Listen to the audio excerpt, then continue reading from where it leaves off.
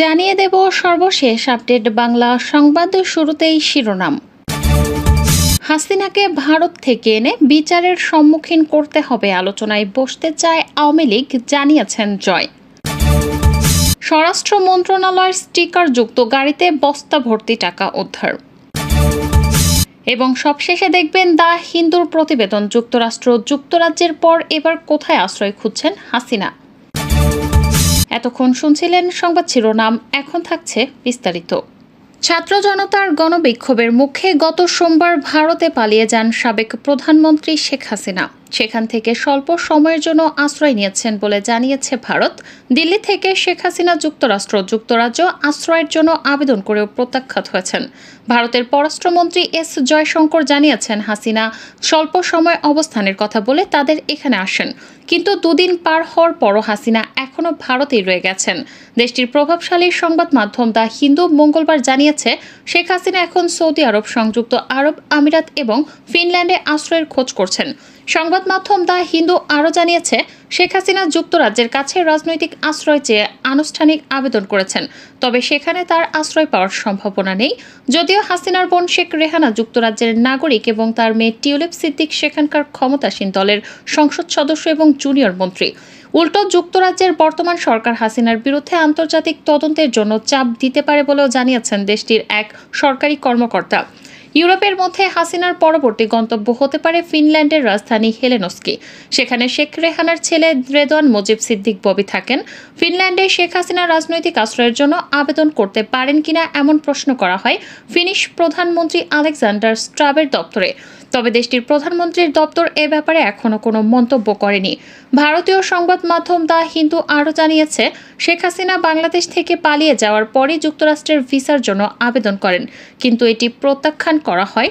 তবে তার পাসপোর্টে আগে থেকেই মার্কিন ভিসা লাগানো ছিল, কিন্তু তিনি দেশ থেকে পালানোর পরই এটি বাতিল করে দেওয়া হয়। যুক্তরাষ্ট্রের পক্ষ থেকে জানানো হয়, যেহেতু হাসিনা তার পদ থেকে পদত্যাগ করেছেন, তাই এই ভিসাটি আর বৈধ থাকছে না। যুক্তরাষ্ট্রের ভার্জিনিয়ায় বসবাস করেন শেখ হাসিনার ছেলে সজীব ওয়াজেদ জয়। যদি হাসিনা দেশটিতে যেতে পারতেন তাহলে তিনি হয়তোবা সজীবের বাসায় উঠতেন। দ্য হিন্দুর প্রতিবেদনে আরও জানানো হয়েছে, শেখ হাসিনা যদি বেশি দিন ভারতে থাকেন তাহলে এটি ভারতের জন্য বিব্রতকর হবে, কারণ বাংলাদেশের নতুন সরকার শেখ হাসিনাকে বিচারের মুখোমুখি করতে ফেরত চাইতে পারে। ঠিক এই কারণেই শ্রীলঙ্কার সাবেক প্রেসিডেন্ট গোতাবায়া রাজাপাকসে এবং আফগানিস্তানের সাবেক প্রেসিডেন্ট আশরাফ ঘানিকে ভারত আশ্রয় দেয়নি। অন্তর্বর্তীকালীন সরকারের প্রধান হচ্ছেন নোবেলজয়ী ডক্টর মোহাম্মদ ইউনুস। খুব স্বাভাবিকভাবেই তার নিয়োগ নিয়ে প্রতিবেশী ভারত কি ভাবছে তা নিয়ে রয়েছে নানা জল্পনা কল্পনা। ডয়েচে ভেলের এক প্রতিবেদন বলছে, দেশটির সাবেক কূটনীতিক, নিরাপত্তা বিশেষজ্ঞ, বাংলাদেশ বিশেষজ্ঞরা মনে করেন ডক্টর ইউনুসই সবচেয়ে গ্রহণযোগ্য বিকল্প।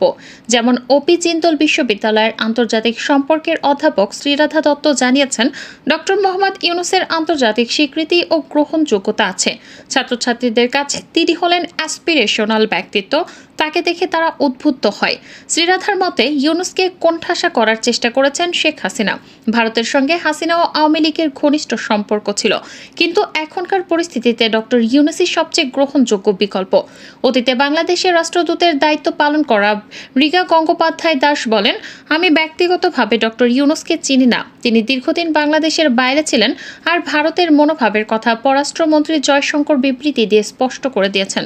সাবেক আইপিএস অফিসার শান্তনু মুখোপাধ্যায় একসময় বাংলাদেশে ছিলেন। এই নিরাপত্তা বিশেষজ্ঞ জানিয়েছেন, বর্তমান পরিস্থিতিতে ডক্টর ইউনুসই সবচেয়ে ভালো বিকল্প। শান্তনু মুখোপাধ্যায় মনে করেন, ডক্টর ইউনুস পশ্চিমা দেশের কাছে গ্রহণযোগ্য, ছাত্ররাও তাকে চাইছে, সেনাবাহিনীর কাছেও তিনি গ্রহণযোগ্য, তিনি ব্যালেন্স করে চলতে পারবেন। তিনি বলেন, তবে ডক্টর ইউনুসের সামনে সবচেয়ে বড় কাজ হলো সহিংসতা বন্ধ করা, সংখ্যালঘুদের সুরক্ষা দেওয়ার ব্যবস্থা করা। প্রবীণ সাংবাদিক জয়ন্ত রায় চৌধুরীও মনে করেন, ডক্টর ইউনুস যুক্তরাষ্ট্র সহ পশ্চিমা দেশগুলোর কাছে খুবই গ্রহণযোগ্য ব্যক্তিত্ব। তিনি বলেন, ডক্টর ইউনুসই বর্তমান পরিস্থিতিতে সেরা বিকল্প। তার আন্তর্জাতিক স্বীকৃতি ও দেশের ভেতর গ্রহণযোগ্যতা রয়েছে। ভারতের কাছেও তিনি গ্রহণযোগ্য ব্যক্তি। এদিকে বাংলাদেশে এত দ্রুত যে পট পরিবর্তন হবে তা আন্দাজ করতে পারেননি ভারতের উক্ত বিশেষজ্ঞরাও। রিভা গঙ্গোপাধ্যায় দাস বলেছেন, সরকার গঠনের পর অসন্তোষ ছিল, ছাত্ররা অখুশি ছিল, আন্দোলন হচ্ছিল, সেটা সকলেরই জানা। কিন্তু সেই আন্দোলন যে এত দ্রুত এরকম রূপ নেবে তা ভাবা যায়নি। শ্রীরাধাও বলেছেন, মনে হয় ভারত অবাক হয়ে গেছে, ভারত এই পরিস্থিতির জন্য প্রস্তুত ছিল না। আওয়ামী লীগ গণতান্ত্রিক বাংলাদেশ চায় উল্লেখ করে সভাপতি সদ্য সাবেক প্রধানমন্ত্রী শেখ হাসিনার ছেলে সজীব ওয়াজেদ জয় বলেন, আমরা সবার সঙ্গে আলোচনা করতে প্রস্তুত, তারা যদি জঙ্গিবাদ ও সহিংসতা বাদ দেয়। নিজের ভেরিফাইড ফেসবুক পেজে দেয়া এক ভিডিও বার্তায় কথা বলেন তিনি। 2 মিনিট 36 সেকেন্ডের ভিডিও বার্তায় সজীব ওয়াজেদ জয় বলেন, বাংলাদেশে এখন বিশৃঙ্খল পরিস্থিতি চলছে, সারা দেশে ভাঙচুর হচ্ছে, লুটপাট হচ্ছে, আমাদের নেতাকর্মীদের ওপর হামলা করছে, অনেককে হত্যা করা হয়েছে। এ পরিস্থিতি বলতে চাই, আওয়ামী লীগ হচ্ছে বাংলাদেশের সবচেয়ে পুরাতন গণতান্ত্রিক বড় দল। আওয়ামী লীগ মরে যায়নি, আওয়ামী লীগ দেশকে স্বাধীন করেছে, আওয়ামী লীগ শেষ করা সম্ভব নয়। জয় বলেন, আমি বলেছিলাম আমার পরিবার আর রাজনীতি করবে না, তবে আমাদের নেতাকর্মীদের ওপর যেভাবে হামলা হচ্ছে, এ পরিস্থিতিতে আমরা হাল ছেড়ে দিতে পারি না। নতুন বাংলাদেশ গড়ে তোলা আওয়ামী লীগ ছাড়া সম্ভব নয়। দলীয় নেতাকর্মীদের উদ্দেশ্যে জয় বলেন, আপনারা সাহস নিয়ে দাঁড়ান, আপনারা একা না, আমরা আছি। বঙ্গবন্ধুর পরিবার কোথাও যায়নি, আমরা আপনাদের সঙ্গে আছি। দেশ ও আওয়ামী লীগের নেতাকর্মীদের রক্ষা করার জন্য যা প্রয়োজন তা করতে আমরা প্রস্তুত। স্বরাষ্ট্র মন্ত্রণালয়ের স্টিকার যুক্ত গাড়িতে বস্তা ভর্তি টাকা সহ এক ব্যক্তিকে আটক করেছে ছাত্র জনতা। বুধবার বিকাল 3:30টায় রাজধানীর উত্তরার হাউস বিল্ডিং এলাকার ঢাকা ময়মনসিংহ সিগন্যালে আটক করা হয় গাড়িটিকে। এ সময় গাড়িতে থাকা মাসুদ আলম নামের একজনকে আটক করে উত্তরা টাউন কলেজে নিয়ে যাওয়া হয়। বিকাল 4:50 স্থানটিতে সেনাবাহিনী প্রবেশ করে ওই ব্যক্তিকে জিজ্ঞাসাবাদ শুরু করে। গাড়ি আটক করা হলেও এর চালক পালিয়ে গেছেন। উত্তরা টাউন কলেজের প্রশাসনিক কর্মকর্তা সাখাওয়াত হোসেন গণমাধ্যমকে বলেন, গাড়িতে স্বরাষ্ট্র মন্ত্রণালয়ের স্টিকার রয়েছে। ওই ব্যক্তি টাকাগুলো নিজের অফিস কর্মচারীদের বেতনের টাকা বলে দাবি করেছেন। বস্তায় 2.5 কোটি টাকা ছিল বলে জানিয়েছেন ওই ব্যক্তি। প্রধানমন্ত্রীর মুখ্য সচিব মোহাম্মদ তোফাজ্জল হোসেন মিয়ার চুক্তিভিত্তিক নিয়োগের অবশিষ্ট মেয়াদ বাতিল করা হয়েছে। বুধবার রাষ্ট্রপতির আদেশক্রমে জনপ্রশাসন মন্ত্রণালয় থেকে এ সংক্রান্ত প্রজ্ঞাপন জারি করা হয়েছে। প্রধানমন্ত্রীর কার্যালয়ের সচিব থাকাকালে 2022 সালের 7 ডিসেম্বর মুখ্য সচিব হিসেবে নিয়োগ পান সিনিয়র সচিব তোফাজ্জল হোসেন মিয়া। দ্রুত অংশগ্রহণমূলক গণতান্ত্রিক নির্বাচন অনুষ্ঠানের জন্য একটি দায়িত্বশীল তত্ত্বাবধায়ক সরকার গঠনের জন্য বাংলাদেশের প্রতি আহ্বান জানিয়েছেন যুক্তরাষ্ট্রের সিনেট ফরেন রিলেশনস কমিটির চেয়ারম্যান কার্টিন। শেখ হাসিনা পদত্যাগ করে দেশ থেকে পালিয়ে যাওয়ার পর পার্লামেন্টে ভেঙে দিয়েছেন প্রেসিডেন্ট। এর ফলে নতুন একটি নির্বাচনের পথ তৈরি হয়েছে।